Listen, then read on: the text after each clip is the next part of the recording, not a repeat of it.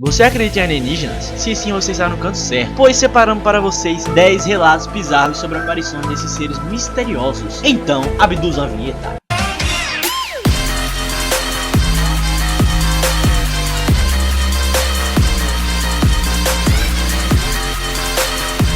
Fala galera, eu sou o Sam. Antes de realmente iniciar o tópico, vou dar umas breves explicações básicas para você que não entende nada do conteúdo, tá bem? Vou lá avisando galera que o vídeo vai ser um pouco longo, então se acomoda na cadeirinha, pega aquele lanchinho e confere o vídeo que tá bem daorinha. Então vamos lá, se você puder ver metade do vídeo hoje, metade amanhã, é de sua escolha. Vocês sabem o que é OVNI? OVNI nada mais do que objeto voador não identificado. Essa expressão foi criada pela UFO, Forças Armadas dos Estados Unidos, para definir quaisquer objeto voador ainda não identificado. Um OVNI não é necessariamente um disco voador, já que entre os significados do seu termo original e literal, por qualquer objeto voador ou fenômeno não identificado, detectados visualmente ou por radares, cuja natureza não é conhecida de imediato. A ufologia é responsável pelo estudo dos relatos, registros visuais, evidências físicas e demais fenômenos relacionados aos objetos voadores não identificados. O assunto extraterrestre é um tema bastante discutido desde o século passado, pois desde lá foram relatados centenas e centenas de casos de pessoas descrevendo aparições de aliens, abduções e vários outros mistérios que até hoje enchem a cabeça de todos os dúvidas a respeito desse tema tão polêmico. Antes de iniciar o tópico, galera, eu queria fazer uma única pergunta. Você sabe como é um alienígena? Se sabe, vamos ver se você concorda comigo. Você acha que ele é um homenzinho de estatura baixa, verde, vindo de Marte? Desculpa estragar a sua infância, mas é um pouco diferente. Na verdade é muito diferente disso. Pois a real aparência do ET é olhos grandes e escuros, cabeças desproporcionalmente grandes, troncos finos e pele cinza. Então galera, acho que agora deu pra entender um pouco do assunto, né? Acho que deu pra ficar assim por cima o que vai rolar nesse top, né? Então vamos curtir agora 10 encontros bizarros com alienígenas. Se bem que só de encontrar um alienígena não é nada normal, né? Coisa super bizarra, mas enfim, né?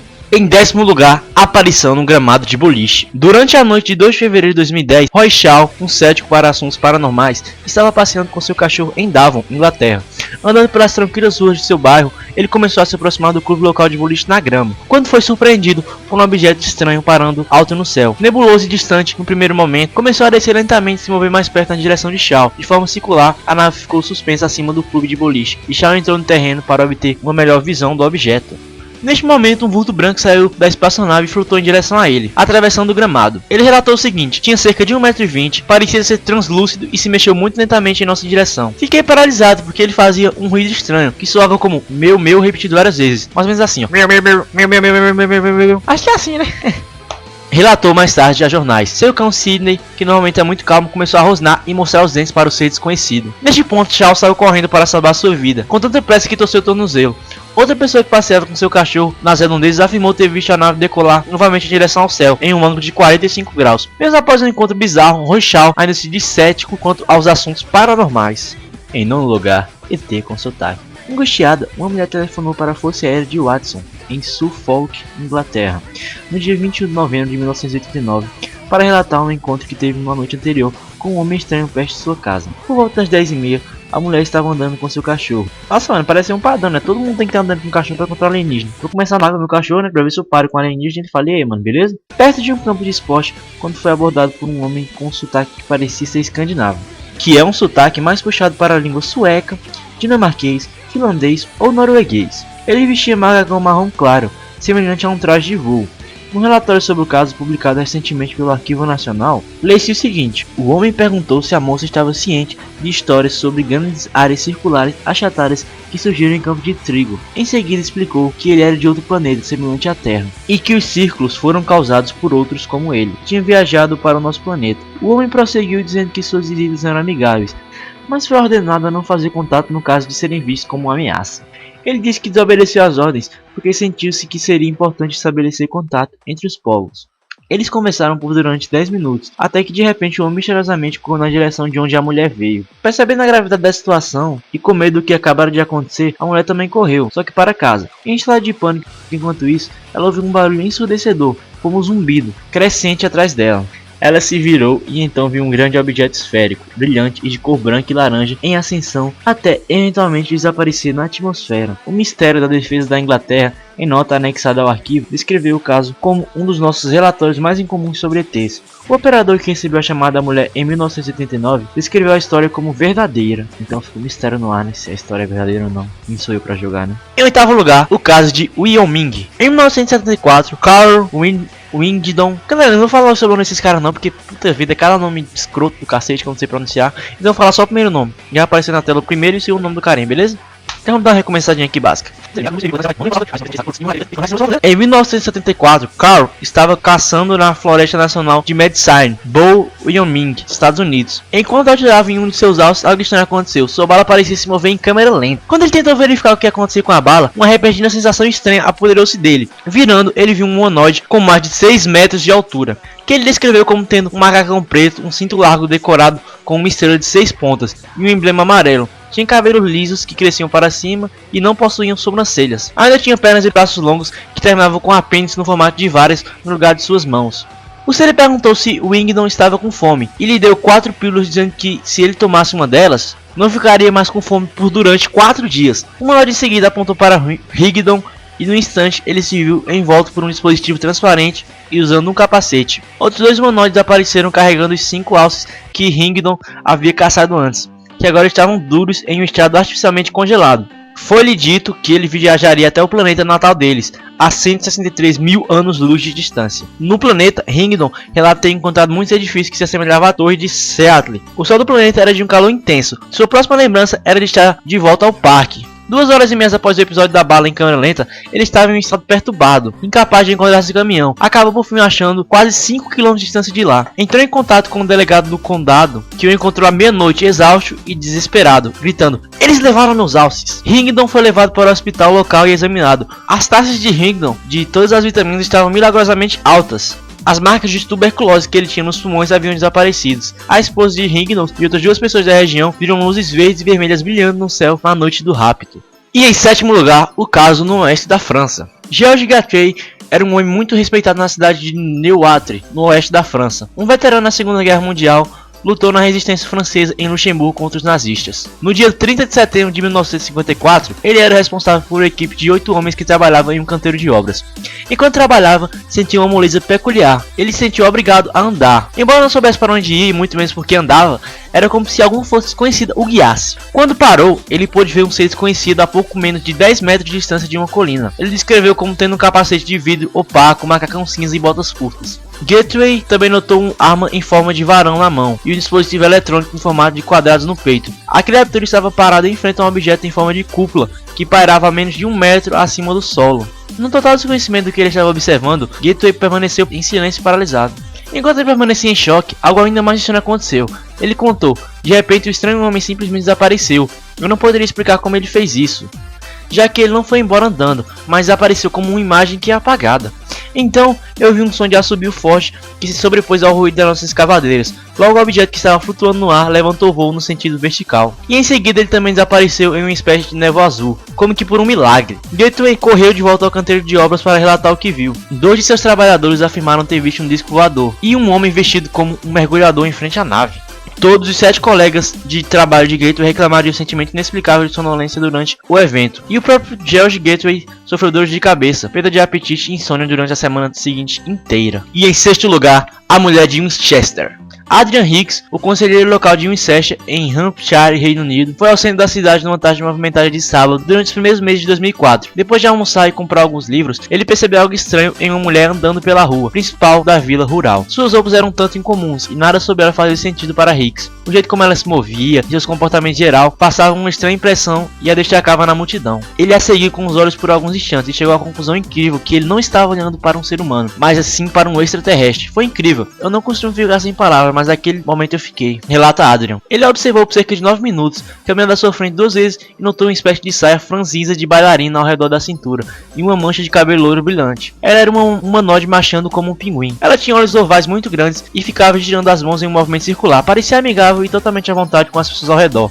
Ela não estava com medo, estava sorrindo e parecia se divertir entre nós. Hicks parou a cerca de 2 metros dela e tentou questioná-la sobre suas respirações estranhas, porém sem sucesso. Ela caminhou lentamente até outra rua. Lembro que ela estava muito interessada no relógio que existia no prédio de um banco lá. Ele afirmou que várias pessoas também perceberam a presença da mulher peculiar, mas sem prestar qualquer atenção extra. Hicks viu algumas pessoas tirando fotos dela, apesar de uma imagem jamais ter aparecido da moça. Hicks acredita que o encontro tem ligação com uma presença muito maior de extraterrestres em Winchester, devido às operações secretas dos Estados Unidos e da Grã-Bretanha, em uma base militar próxima. Técnico ortopédico com mais de 35 anos de experiência, Hicks manteve seu segredo guardado por 5 anos a fim de garantir seu lugar no governo local. Só revelou sua história depois de garantir as eleições como democrata liberal do conselho. Ele gastou 400 euros, cerca de 1.080 reais, de seu próprio dinheiro para que um artista local fizesse um esboço do ET. Ele agora faz lobby para que o governo admita a público suas relações com OVNIs. Beleza, galera, chegamos agora no top 5 da lista.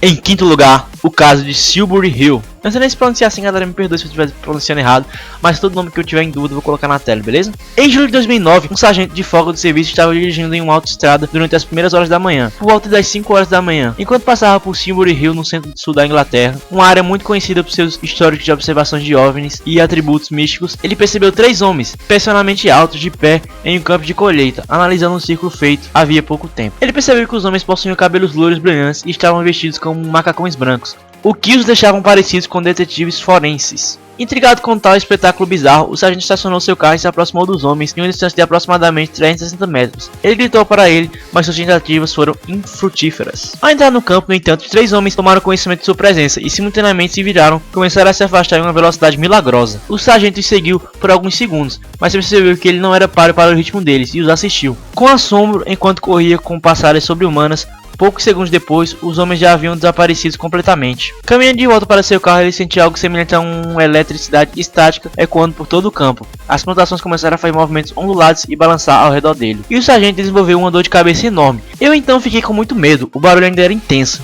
mas eu consegui chegar até o carro e ir embora dali. Durante o resto do dia eu sofri com uma dor de cabeça que não parava, disse Andrew Russell, investigador de OVNI, através do qual ele escolheu para se comunicar a fim de manter o anonimato. Naquele mesmo dia à noite, moradores da área relataram ter visto um helicóptero sem identificação de companhia ou empresa parando durante 3 horas sobre o campo onde tudo aconteceu. A região continua a atrair ufólogos e casos de misteriosos círculos em plantações são relatados com uma frequência crescente. O sargento continua anônimo. Galera, não se tem mais notícias sobre o sargento que relatou toda essa experiência. Em quarto lugar, encontro no Zimbábue. Vamos passar para África. Galera, tipo, esses encontros são de diferentes lugares do mundo, tá ligado? África, Europa. A maioria acontece na Europa, tá ligado? O primeiro lugar vai surpreender todos vocês, galera, beleza? Então espera o vídeo até o primeiro lugar, se você avança, né? Se você for impaciente, você avança, beleza? Mas se não, acompanha o vídeo que por enquanto tá daorinha, hein? E não esquece de deixar o like não, hein? Vamos lá, então. No dia 14 de setembro de 1985, houve relatos de OVNIs nos céus do Zimbábue, país localizado no sul da África. 2 dias mais tarde, na escola fundamental Ariel, em Rua, a 20 km da capital Harare, 62 crianças entre 5 e 12 anos relataram terem visto uma bola brilhante no céu durante o recreio da manhã. Elas a observou parar no ar, aparecendo e desaparecendo por um tempo curto antes dos objetos descer até o chão. Em uma área cheia de arbustos de apenas 30 metros da dependência da escola, um homenzinho de cerca de 90 centímetros de altura saiu da nave e começou a caminhar em direção às crianças. Ele tinha cabelos compridos e negros, olhos grandes e um pescoço magro. No momento da queda da aeronave, os professores e funcionários da escola se encontravam dentro do prédio em uma reunião, deixando as crianças sem supervisão. Enquanto se movia em direção aos alunos, ele de repente desapareceu e reaparecendo em cima da nave, de onde silenciosamente encarou as crianças por alguns momentos, antes de voltar para dentro do objeto e decolar em uma velocidade incrível. Muitos alunos ficaram apavorados devido às histórias do folclore africano, que falam de demônios e vampiros que sequestram crianças para devorá-las. O único adulto prestante era um pai, dono de uma loja perto do portão da escola, para onde as crianças correram a fim de lhe contar sobre o episódio extraordinário. O diretor da escola, Colin Macklin, contou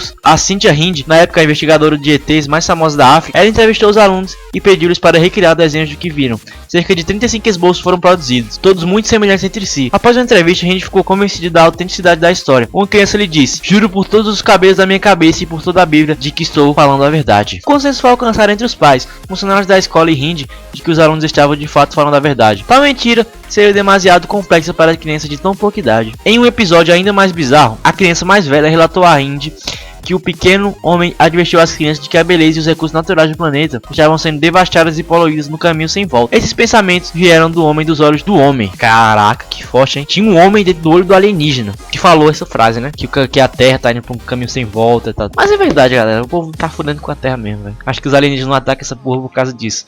Porque não tem embora todos os recursos, né? Mas enfim, esse foi um relato de uma criança de apenas 12 anos, né, galera? E lembrando que ela tava muito assustada. E galera, chegamos ao top 3. Em terceiro lugar, o caso de Livingston. O engenheiro florestal Robert Taylor, empregado pela Corporação de Desenvolvimento Livingston, saiu de casa às 10h30, dia 5 de novembro de 1979, para monitorar algumas mudas que ele havia plantado em um morro fora da cidade. Acompanhado de seu cão, ele estacionou sua caminhonete no início de uma trilha na mata e continuou o resto do caminho a pé.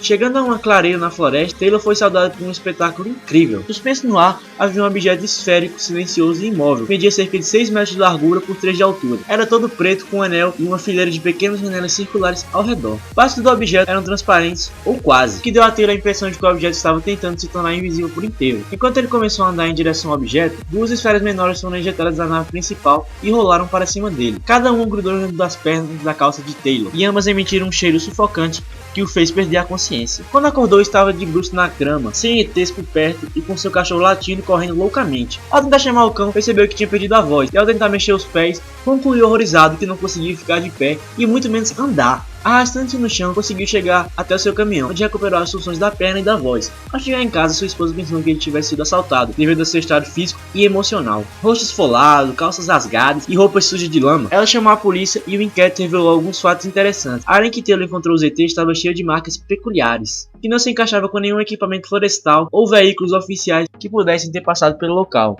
Os rasgos em sua calça foram examinados por uma equipe forense e chegou-se à conclusão de que foram feitos por uma força desconhecida. Por que tinha rasgado as calças de Taylor? Tinha a intenção de erguê-lo para o alto através dos furos. Taylor nunca ganhou dinheiro ou lucrou contando sua história, que se manteve a mesma desde quando veio à tona nos anos 70 até a morte de Taylor aos 89 anos em 2007.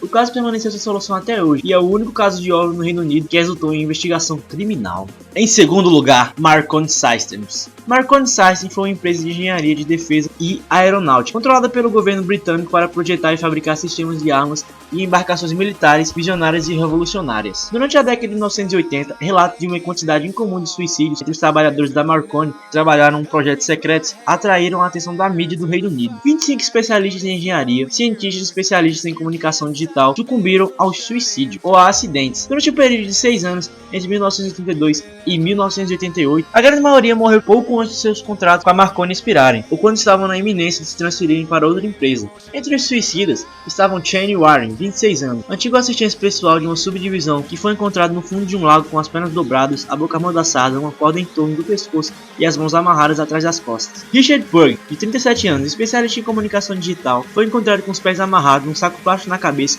e uma corda enrolada no pescoço e no corpo 4 vezes. Alistair Beckham, 55 anos, engenheiro de software havia anos, que supostamente se suicidou entrando no seu jardim, conectando seu corpo em uma série de fios elétricos e eletrocutando-se até a morte. Vimal Dejbhai, antes de pronunciar certo, galera, mas enfim, né? Vamos lá. O engenheiro de software de 24 anos de idade morreu quando estava em sua última semana de trabalho para a Marconi. Sua morte foi considerada suicídio, pulando de um ponte em Bristol, Inglaterra. Amigos discordam ao lembrar da felicidade de Dejbhai em achar um novo emprego, e não havia nenhuma razão para ele acabar com sua própria vida. Muitos pesquisadores descobriram rumores de que as mortes estavam relacionadas à tecnologia de radar revolucionário infravermelho, que estava sendo desenvolvido pela empresa. Olhando para essas mortes, é claro que a segurança era algo que a Marconi levou muito a sério e que eles estavam dispostos a fazer medidas impensáveis para manter as suas capacidades e invenções em segredo. O importante e estratégico complexo Marconi estava situado na pequena cidade inglesa de Framley, composto por uma zona de teste, uma fábrica e a sede da empresa. Dado o que já sabemos sobre eles, podemos imaginar o que aconteceria se um intruso penetrasse nas instalações da companhia. E isso foi exatamente o que aconteceu em 1976, embora aquele não tenha sido um intruso qualquer. O guarda de segurança estava fazendo uma patrulha durante a noite e passou pela Casa Velha, uma estrutura que abrigava o escritório do diretor da empresa e um monte de informações secretas sobre as capacidades radioativa, nuclear, energética, militar e etc. do Reino Unido. Enquanto caminhava por um destes corredores, ele percebeu uma luz azul emitida por debaixo de uma das portas. O guarda ficou alerta e sacou a sua arma. A única pessoa autorizada a estar ali era ele mesmo. Ele entrou na sala e se deparou com uma cena chocante. No canto, debruçando-se sobre um arquivo aberto e vasculhando um montante de documentos secretos, estava nada mais nada menos que um extraterrestre. Escrito como humanoide e usando algum tipo de farol que emitia o brilho azul, o ET rapidamente desapareceu em meio de uma névoa azul. Diante de seus olhos, apavorado, o guarda correu para fora do prédio até o posto de segurança, onde informou aos seus colegas de seu encontro e o complexo foi fechado. Na manhã seguinte, o guarda foi levado por 2 psiquiatras militares e nunca mais foi visto por qualquer pessoa no complexo. Caralho, maluco, os bichos internaram ele, fuderam ele, mano. Fudeu o cara, hein, mano. Puta que pariu, mano. Acho que o povo pensou que ele tava louco, né? E ele nunca mais foi visto, né? Infelizmente. Mas saber se é verdade, né? Mas são 10 relatos, galera. Eu não posso afirmar se são verdades, né? Ou não são, porque eu não tava lá na hora, né? Mas enfim, galera. Vamos para o tão esperado primeiro lugar. Em primeiro lugar, o ET de Varginha. Nos últimos anos, o caso de Varginha tem recebido tanta atenção e polêmica entre os entusiastas do ramo como o caso Roswell teve entre o público em geral. Muitas tentativas têm sido feitas para investigar exaustivamente o caso e chegar ao resultado conclusivo. UFOs no Brasil. O livro lançado em 2002 pela ufologia estadunidense Roger Lay é o que mais se aproxima de um veredito final. Com suas entrevistas com militares, cirurgiões do hospital e uma grande variedade de testemunhas civis, o comandante de defesa aeroespacial norte-americano seguiu um objeto não identificado pairando sobre o hemisfério ocidental no dia 3 de janeiro de 1996. Ele entrou no espaço aéreo brasileiro e o sindicato, o Departamento de Controle do Espaço Aéreo, foi contatado, que por sua vez alertou o comando do Exército Brasileiro em Três Corações, Minas Gerais, dando instruções para que todos os militares brasileiros ficassem em alerta máximo. Os boatos de visualização em massa de OVNIs começaram a varrer todas as regiões do sul do Brasil, no dia que surgiram. No dia 20 daquele mês, testemunhos de uma cidade rural de Minas informaram terem visto uma nave em forma de submarino, cruzando os céus em uma altura de 6 metros do chão, e que parecia estar danificada ou com defeito, movendo-se em um ritmo lento, e emitindo um tipo de fumaça. Ela ia em direção a Varginha. Ao amanhecer no dia 21, estranhas criaturas foram vistas vagando ao redor da cidade, em um estado de incapacidade e terrivelmente confusas. Os moradores explodiram em frenesi e notificaram os encontros bizarros à polícia e os bombeiros, dizendo que a cidade tinha sido invadida por monstros de contos folclóricos indígenas e até mesmo pelo próprio diabo. O exército foi contatado rapidamente e, de acordo com várias testemunhas, duas das criaturas foram capturadas sem resistência. Uma foi posteriormente morta a tiros e a outra foi transferida para o hospital Humanita para receber tratamento para os ferimentos que sofreu durante o acidente. O médico ortopedista disse a Ler que foi instruído por militares armados para começar uma paramentação cirúrgica e preparar-se para operar a fratura em uma perna. Ler entrevistou os outros cirurgiões e auxiliares que participaram da cirurgia.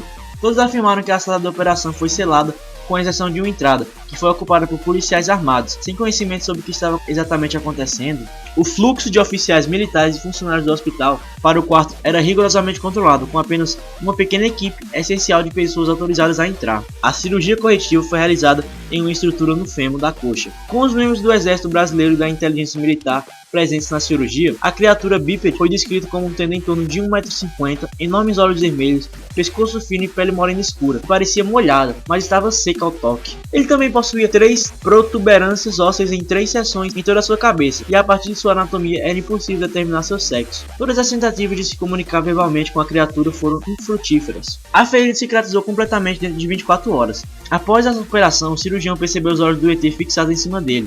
Ele então começou a sentir pressão na cabeça e receber pedaços de informações vindas dos extraterrestres. O médico nunca revelou a extensão do que o ser disse, mas entre outras coisas, o ET comentou sentir pena de seres humanos, porque não temos conhecimento das coisas incríveis que podemos realizar, pois que a raça dele já tem. Embora algumas pessoas acham que a história não passa de um disparate sem fundamento, há ainda mais evidências do contrário. O Birajara Rodrigues, advogado e ufólogo especialista no caso de Varginha, obteve uma cópia da certidão de óbito de Marcos Cheres, um funcionário que morreu 3 semanas depois de ter supostamente tocado na criatura com suas próprias mãos. O atestado de óbito indica a causa de morte sendo como substância tóxica e uma doença do tipo ebola. O relatório completo de sua autópsia, porém, nunca foi revelado. Galera, realmente esse é um tema extremamente curioso e com certeza não dá para explicar tudo nesse vídeo. Mas se você quer mais vídeos como esse, basta comentar e deixar o seu like. Muito obrigado por você que viu esse vídeo, deixe sua opinião nos comentários. E você acreditou não em ETs? Surgiram temas. Infelizmente o vídeo vai se encerrando, galera. Ele ficou bastante longo, né? Espero que vocês tenham paciência de assistir esse vídeo, galera. Muito obrigado a você que chegou aqui. Se você chegou aqui, comenta eu vim de Marte, beleza? E não esquece de deixar o seu like, galera. Se você não é inscrito no canal, se inscreva para acompanhar todas as atualizações futuramente. Muito obrigado mesmo, galera. Um abraço. Surgiram temas aí nos comentários. Coloca qualquer coisa no comentário de bom, comentário positivo, uma avaliação. Se você não gostar, tudo bem, galera. Deixa seu dislike, mas comenta porque você não gostou, tá ligado? Então, galera, muito obrigado mesmo. E falou. Tchau. Valeu.